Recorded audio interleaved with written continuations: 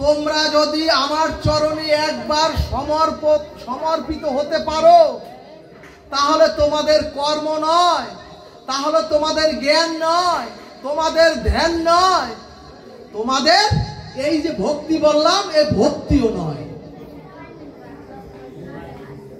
তখন ভগবান বলছেন আমারই দায় পড়বে তোমাদের তোমাদের কর্মময় বন্ধন থেকে চিরমুক্তি করার। সুধীজন, এই কারণে গীতা শাস্ত্রের মূল কথা হলো অহং তাং সর্ব পাপেভ্য মোক্ষই স্বামীমা শুচ। অর্থাৎ জ্ঞান কর্ম যোগ ধর্ম ভক্তি নয়।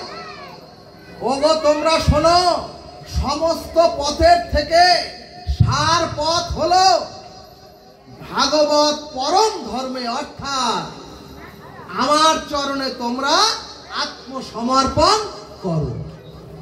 এখন যদি বলেন হে গোবিন্দ আমি তোমার হলাম, ভাগবত বলছে এটাকে আত্মসমর্পণ বলে না। গোস্বামীগণ সিদ্ধান্তে বললেন ভাগবতে, তুমি যে ভগবানের চরণে সম্পূর্ণ আত্মসমর্পণ করেছ তার 6টি লক্ষণ থাকতে হবে। শুধু মৌখিক বললে হবে না আমি আত্মসমর্পণ করলাম, মৌখিক বললে হবে না হে ভগবান, হে দয়াল, হে পতিত পাবন আমি তোমার হলাম। ভক্তগণ, এই আত্মসমর্পণের প্রথম লক্ষণ হলো আনুকূল্যস্য সংকল্প। আনুকূল্যস্য সংকল্প অর্থাৎ সুধীজন, ভগবানের চরণে তখনই আত্মসমর্পণের শুভ সূচনা হবে যখন ভগবানের সুখ সেবার জন্য, যখন আপনি নিজের প্রজ্ঞা, যখন ভগবানের সুখ সেবার জন্য আপনি আপনার নিজের চাওয়া পাওয়াকে সম্পূর্ণ পরিত্যাগ করতে পারবেন। জয় নিতাই গৌর হরি বল।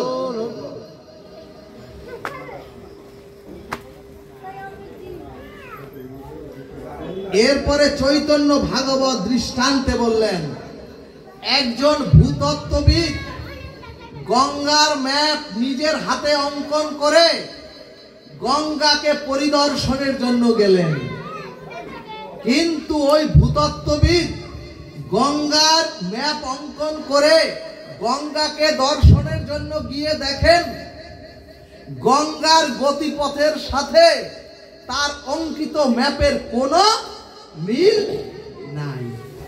সাথে সাথে ওই ভূতত্ত্ববিদ তার অঙ্কিত গঙ্গার ম্যাপকে ছুঁড়ে ফেলে দিলেন অনেক দূরে। এ কারণেই ভাগবত বললেন, ওগো আপনার মতো করে আপনি ভগবানকে তৈরিও করবেন না, আর আপনার মনের মতো করে ভগবানকে শাস্ত্র ছাড়া, সাধু গুরু ছাড়া, শাস্ত্র সাধু আর বৈষ্ণব এই তত্ত্ব একত্রিত করা ছাড়া আপনি আপনার মতো করে ভগবানকে ভালোবাসতে যাবেন না। ভগবানের মনের মতো আপনি হন। সুধীজন, বড়ই মার্মিক ভাগবত এই অমৃত সুধা। তাহলে সুধীজন, আমরা ভগবানের আনুকূল্যের দিকে তাকাবো, অর্থাৎ আমরা সকলে ভগবানের সুখের দিকে, ভগবানের প্রীতির জন্য তাকাবো এবং ভগবানকে ভালোবাসায় আমার কোনো স্বাতন্ত্রতা নাই। অর্থাৎ সুধীজন, আমাদের বিদ্যা, অর্থাৎ মাগো আমাদের বুদ্ধি, আমাদের জ্ঞান সবই ভগবানের ওই প্রীতির জন্য এবং ভগবানের সুখের জন্য। এটাই হচ্ছে আত্মনিবেদনের প্রথম লক্ষণ। এরপরে বিষ্ণু পুরাণ সিদ্ধান্তে বললেন, বানরীর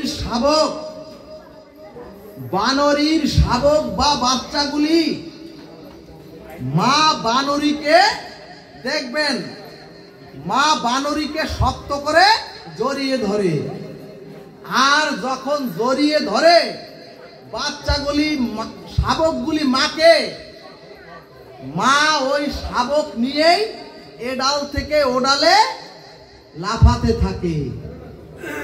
যদি কোনো শাবক বাচ্চা ছুটে পড়ে যায় তখন ওই মা বানর এসে ওকে জোরে জোরে থাপড়ায়, চটকানি দেয়, আর বলে, ভালো করে ধরতে পারলি না, শক্ত করে ধরতে পারলি না, কেন পড়ে গেলি? অন্যদিকে লক্ষ্য করবেন, বাড়িতে যে বিড়ালি যখন তার বাচ্চাকে মুখের মধ্যে কামড়ে ধরে,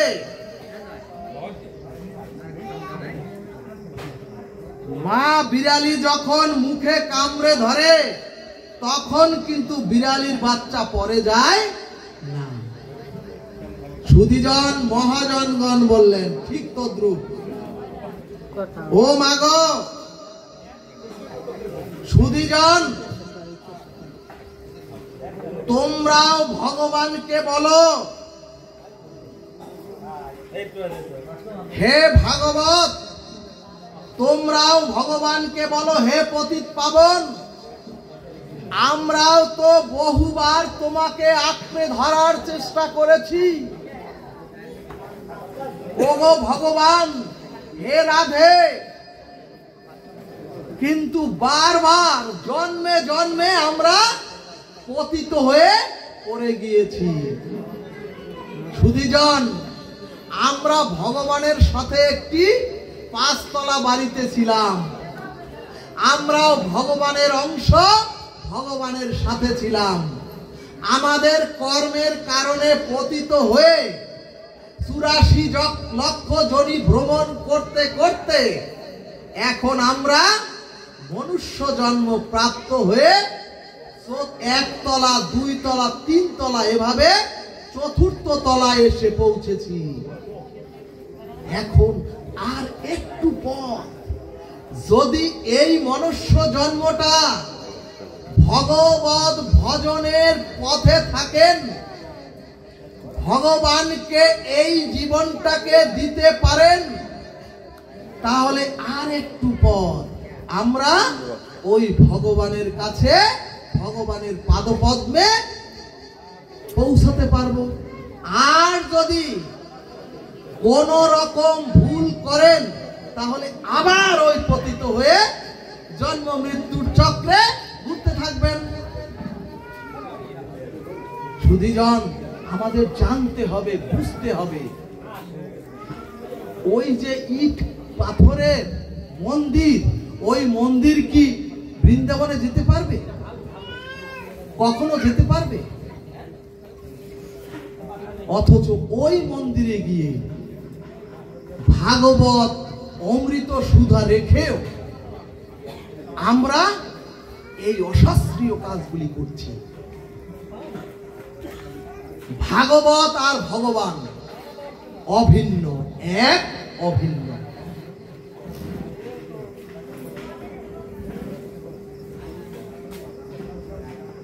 এই সব কি বলবো? 10টা হলো।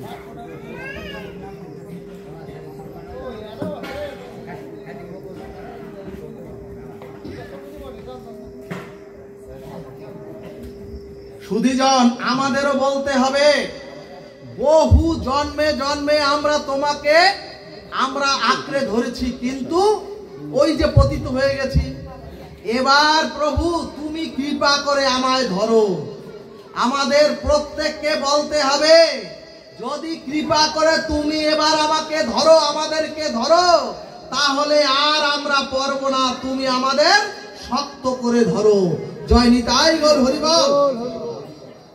এরপরে ভক্তি রসামৃত সিন্ধু গ্রন্থ দৃষ্টান্তে বললেন, কোন মেলাতে পুত্র কন্যা যদি পিতামাতার হাত ধরে, পিতামাতার হাত ধরে সন্তান হাত ধরে থাকে, আর যদি ওই সন্তান মনোহারীর দোকানে খেলনা দেখে, তাহলে পিতার হাত ছেড়ে ওই সন্তান ওই খেলনার দোকানে চলে যায়। সুধীজন, কিন্তু অন্যদিকে পিতামাতা যদি ওই সন্তানের হাত ধরে, পিতামাতা যদি ওই সন্তানের হাত ধরে, তাহলে ওই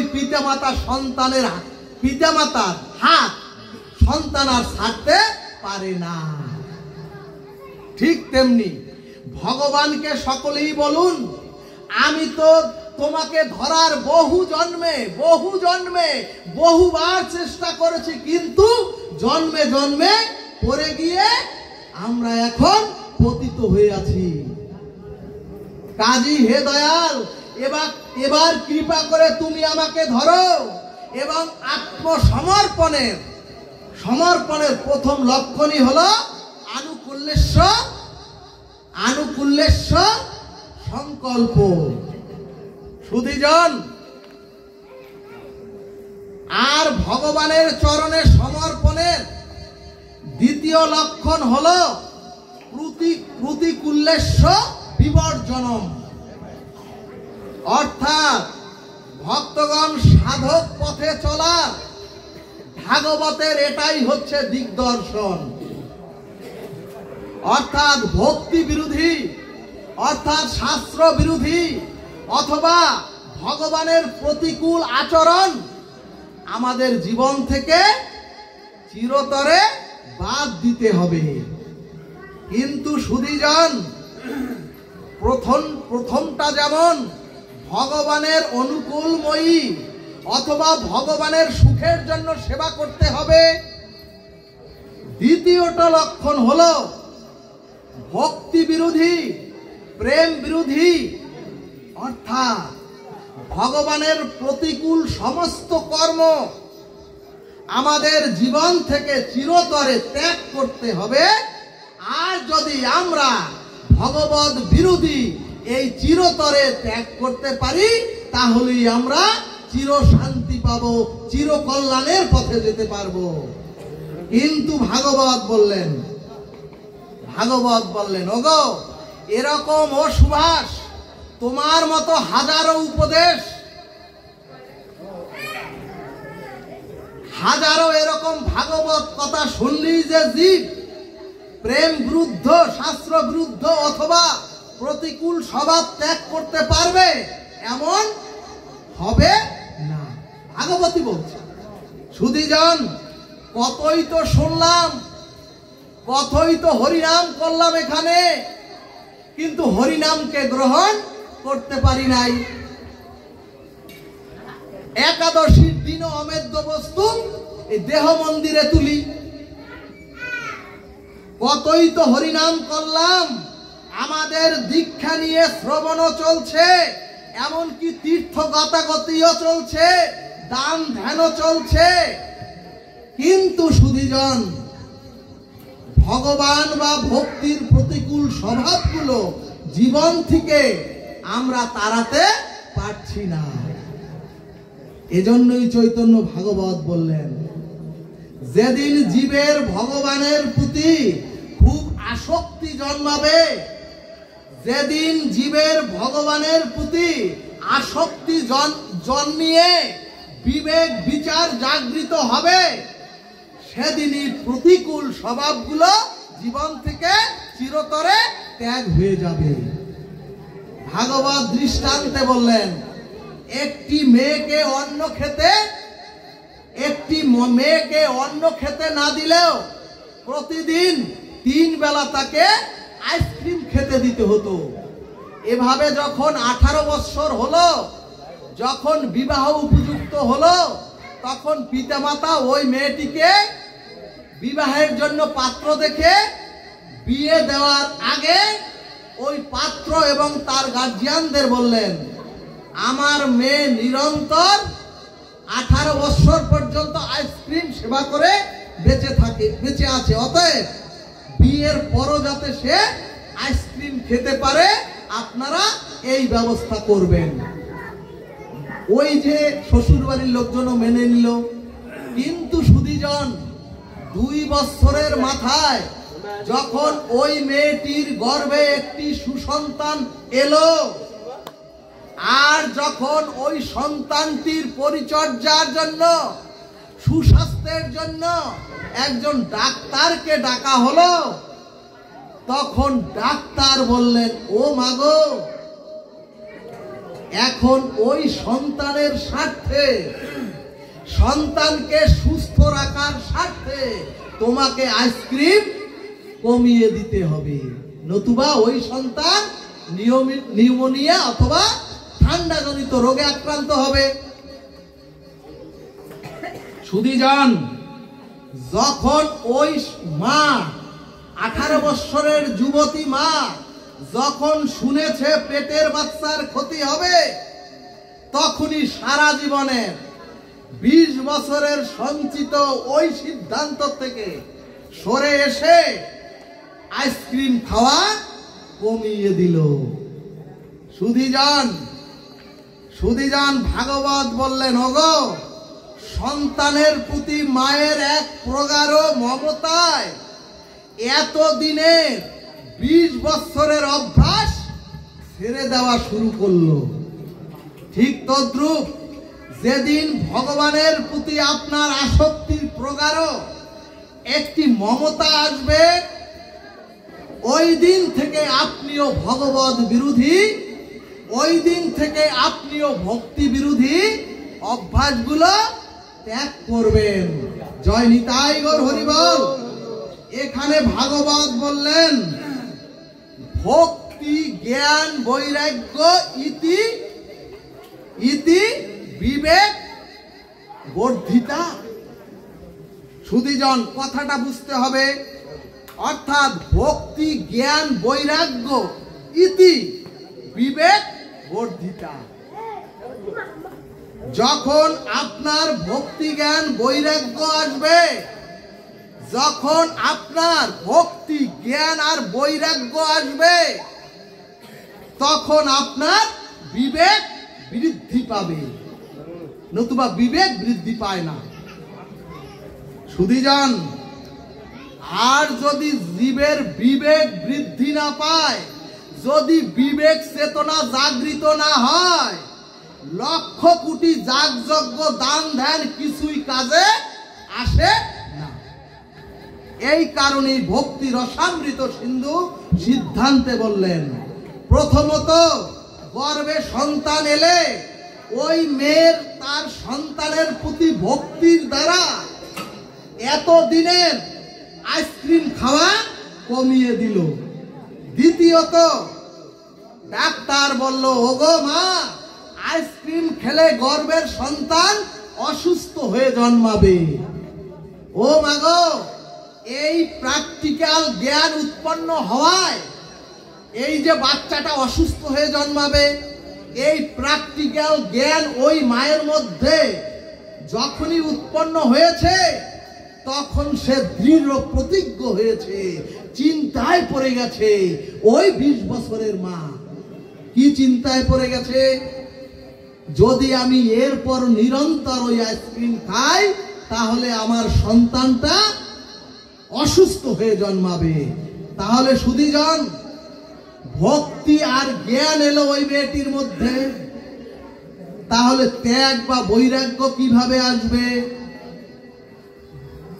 ভাগবত সিদ্ধান্ত দিলেন, একদিন ওই মেয়েটি হাঁটতে হাঁটতে পাশের গ্রামে গিয়ে দেখেন আইসক্রিম ফ্যাক্টরির মধ্যে গিয়ে দেখেন নোংরা নর্দমার মধ্যে ওই আইসক্রিম তৈরি হচ্ছে।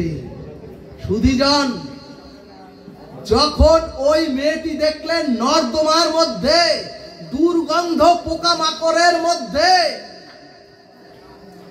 আইসক্রিম তৈরি হচ্ছে, তখন মেয়েটি কঠিন সিদ্ধান্ত নিল, অর্থাৎ চিরকালের জন্য আমি আর আইসক্রিম গ্রহণ করব না।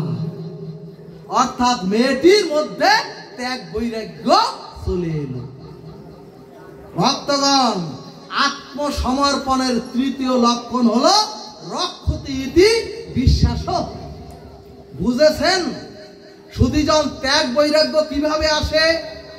যখন শ্মশানে দেখবেন আমার মৃতদেহটা ওই মাংস পিণ্ডের মতো ক্ষয় হচ্ছে জ্বলতে জ্বলতে, তখন বুঝবেন, তখন আপনার মধ্যে ত্যাগ বৈরাগ্য আসবে, নতুবা আসবে না। যখন ওখানে গিয়েও নেশাদ্রব্য গ্রহণ করবেন, যখন ওখানে হাই করবেন, যে শ্মশান হচ্ছে এই পৃথিবীর মধ্যে পবিত্র, সেই পবিত্র শ্মশানেও দিচ্ছি আমরা নেশা, সেখানে বসেও করি গল্প গুজব, করি না হরিনাম। কিভাবে ত্যাগ বৈরাগ্য আসবে? ভাগবত মানুষকে শাসন করে দিব্যকান্তি দেহ তৈরি করে দেয়। সুধীজন, আত্মসমর্পণের তৃতীয় লক্ষণ হলো রক্ষতি ইতি বিশ্বাস। অর্থাৎ তোমরা শ্রী গুরু কৃপা পেয়ে সকলে ভজন পেয়েছি, আমরা ভাগবত ধর্ম হরিনামও পেয়েছি। এখন আমাদের বিশ্বাসে দৃঢ়তা আনতে হবে, ভগবান আমাকে অবশ্যই রক্ষা করবেন। কিন্তু সুধীজন, ভগবানের প্রতি এই বিশ্বাসটাই আজ আমাদের নাই। একবার যাই তান্ত্রিকের কাছে, একবার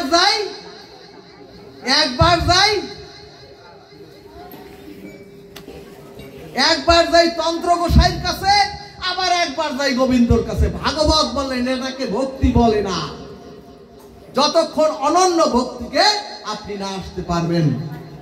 সুধীজন, ভাগবত সিদ্ধান্ত দিলেন, একবার যিনি ভগবানের চরণে বিশ্বাস করে সমর্পিত হয়েছেন, সুধীজন, তার আর যিনি একবার বিশ্বাস করে দৃঢ় বিশ্বাস এনে হৃদয়ে যদি ভগবানের কাছে একবার সমর্পিত হতে পারেন, তার নিজের প্রতি আর কোনো দায়িত্ব থাকে না। সুধীজন, তার সমস্ত দায়িত্ব তখন ওই ভগবান গ্রহণ করেন। জয় নিতাই গৌর হরিবল। সুধীজন, এরপরে চৈতন্য ভাগবত দৃষ্টান্তে বললেন, ওগো বিক্রি করা গরু আপনি উপযুক্ত মূল্য পেয়ে যদি দড়ি খুঁটা সব দিয়ে বিক্রি করে দেন, পরের দিন ওই গরুটি কোথায় খাবে, কোন গোয়ালে থাকবে, এই চিন্তা কি আপনার আর আসবে? সুধীজন, আর আপনার ওই গরুর প্রতি আর কোনো দায়িত্ব আর থাকলো না। ঠিক